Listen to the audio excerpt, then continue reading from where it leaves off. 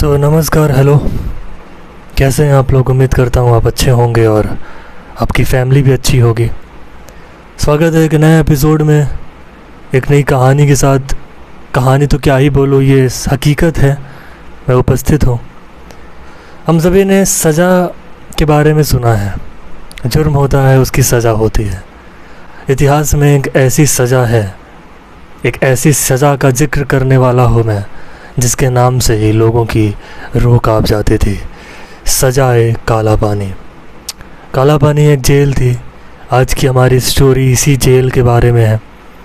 दो तरफ से मैं इसको सुनाऊंगा, पहले इस जेल से रिलेटेड कुछ चीज़ें और उसके बाद हम चर्चा करेंगे इस जेल में दी जाने वाली पनिशमेंट्स के बारे में।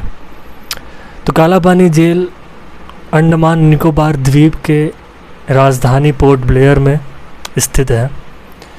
1857 की क्रांति के बारे में उम्मीद है आप सभी ने सुना होगा। 1857 की क्रांति के बाद ब्रिटिशर्स को इस जेल की ज़रूरत लगी। उन्हें लगा कि स्वतंत्रता सेनानियों को एक ऐसे जेल में डाला जाना चाहिए जहां से उन्हें कंट्रोल में रख सकें। तो 1896 को ये जेल बनना स्टार्ट होता है और 1906 में करीब 10 साल में ये बनकर तैयार हो जाता है। काला पानी जेल का आखिर नाम काला पानी क्यों है? इसके दो कारण हैं जो मैं बताता हूँ आपको। पहला, ये जो जेल है ये अंडमान निकोबार द्वीप में स्थित है ना, उसके जिसके चारों ओर पानी है, समंदर का पानी। समंदर का पानी काला होता है, इसलिए इसे काला पानी जेल कहा गया। ब्रिटिशर्स इसे सेलुलर जेल कहते थे। दूसरा रीज़न काला पानी का नाम काला पानी क्यों पड़ा, सांस्कृतिक भाव में काला पानी, काला को काल से लिया गया है। काल का मतलब होता है मृत्यु या समय, जिसका सिंपल सा मतलब था इस जेल में जो भी जाता है वो कभी वापस नहीं आता है। इस जेल के बारे में अगर मैं इसकी सेल्स के बारे में बात करूं तो जो भी सेल्स थी, कोठरी थी, 15x8 फीट की कोठरी, 698 टोटल कोठरियाँ, मतलब 698 कैदी एक बार में रखे जा सकते थे। और हर सेल में 3 मीटर की ऊंचाई पर रोशनदान बनाया गया था ताकि कोई भी कैदी आपस में कॉन्वर्सेशन ना कर सके।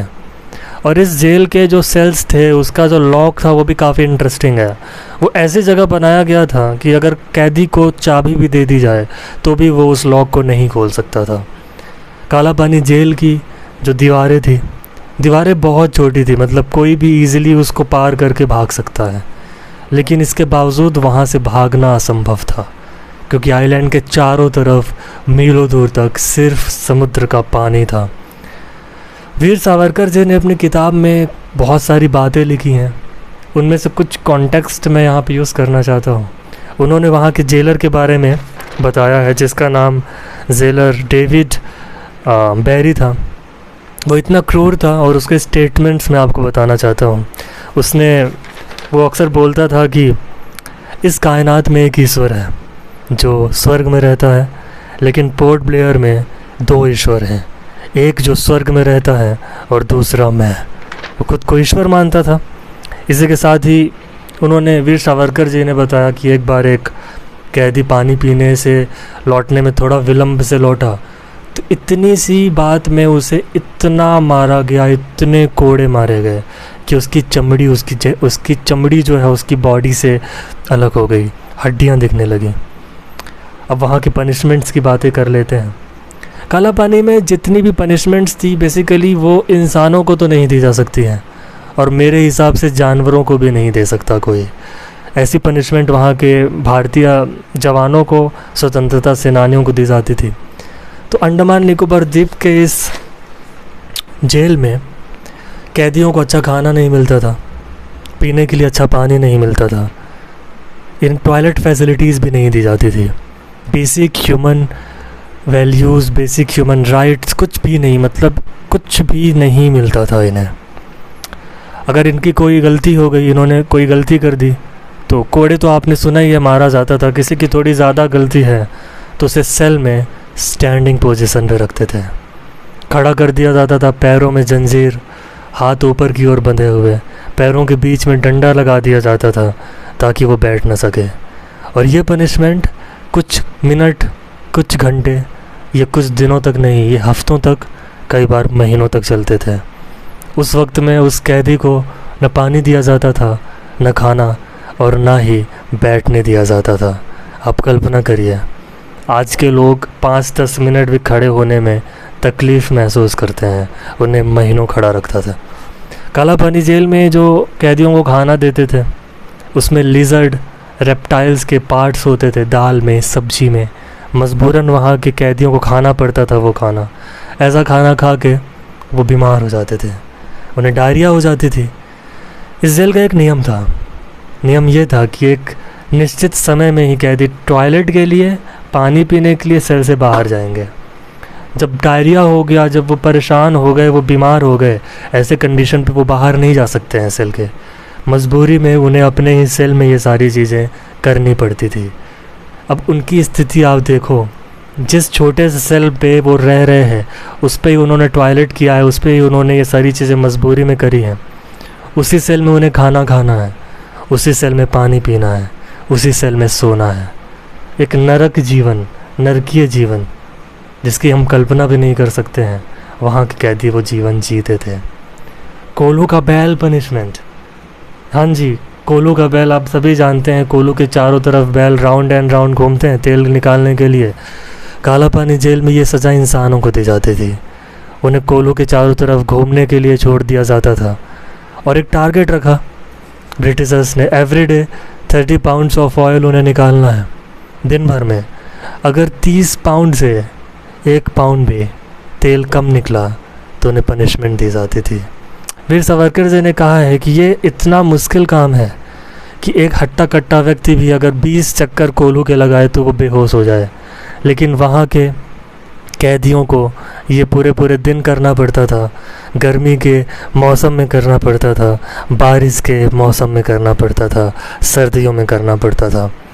अगर उन्होंने तेल कम निकाला उन्हें कोड़े मारे जाते थे, तब तक जब तक वो बेहोश ना हो जाए। उन्हें होश में लाके फिर कोड़े मारे जाते थे, वो फिर बेहोश हो जाते थे, होश में लाके फिर कोड़े मारते थे।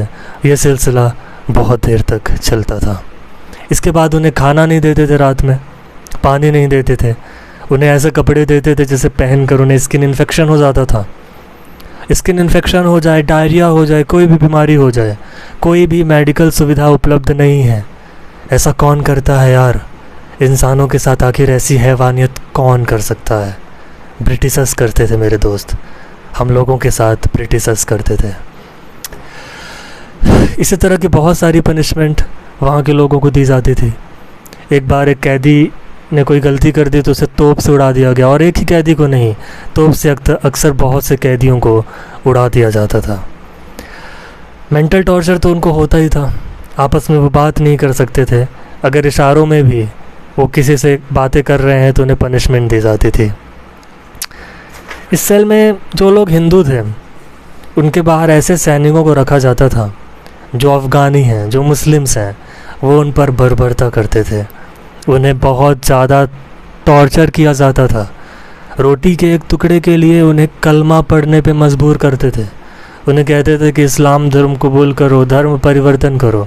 जो लोग धर्म परिवर्तन करते थे उन्हें ज़िल्लत की रोटी मिलती थी, जो लोग धर्म परिवर्तन नहीं करते थे उन्हें मिलती थी मौत।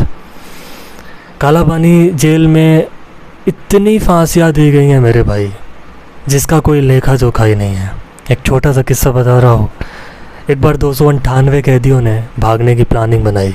वो जेल से तो भाग जाते हैं, घने जंगल से गुजरते हुए जब वो आइलैंड के किनारे पहुँचते हैं तो मीलों तक उन्हें सिर्फ काला समंदर नज़र आता है। थक हार कर वो बैठ जाते हैं और बहुत जल्दी पकड़े जाते हैं। जब उन्हें वापस जेल लाया गया तो वहाँ का जो जेलर था वो बहुत ही ज़्यादा गुस्सा हो गया। उसने उन्हें नॉन स्टॉप पनिश करने की पनिशमेंट दी, बीट करने की पनिशमेंट दी। उन सभी कैदियों को लगातार मारा गया। इतने बुरी तरह से उनको मारा जा रहा था कि उनमें से एक कैदी डर कर सुसाइड कर लेता है। और ये बात जब जेलर को पता चलती है, डेविड बैरी को, तो वो बहुत ही गुस्सा हो जाता है। उसने कहा ये हमारा कैदी था, ये अपनी मर्ज़ी से कैसे मर सकता है, इसे मारने का हक सिर्फ हमें है। मतलब उस दौर में जीने की स्वतंत्रता तो छोड़ दीजिए, मरने की भी स्वतंत्रता नहीं थी। आमतौर पे वहाँ जितने भी सैनिक थे, जितने भी इंडियन पीपल थे, वो सभी टीनेजर्स थे, यंगस्टर्स थे, 18 ईयर्स, 16 ईयर्स, 20, 25, 30 ईयर्स, ऐसे लोग वहाँ पे कैदी बनाए गए थे। वो ये टॉर्चर देख करके और हर दिन ये ज़िंदगी जी करके इतना परेशान हो जाते थे कि कईयों ने सुसाइड किया। वहाँ के जो कैदी थे वो मौत की भीख मांगते थे, लेकिन उन्हें मौत भी नहीं दी जाती थी। बहुत बर्बरता करते थे, फांसी लगा देना, छोटी गलतियों पे मारना, पीटना। वीर सावरकर जी उस जेल में 14 साल रहे हैं। रात के वक्त जेल में सन्नाटा पसर जाता था। कीड़े मकोड़े, मच्छर, बहुत सी बीमारियां जेल के अंदर थे, लेकिन कोई भी सुविधा कैदियों को नहीं मिलती थी। ये थी आज की कहानी काला पानी जेल की।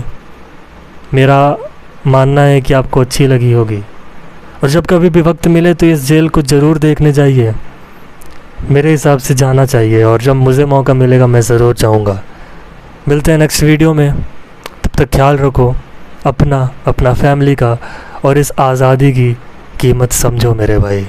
बहुत बलिदान से ये आज़ादी हमें मिली है। धन्यवाद।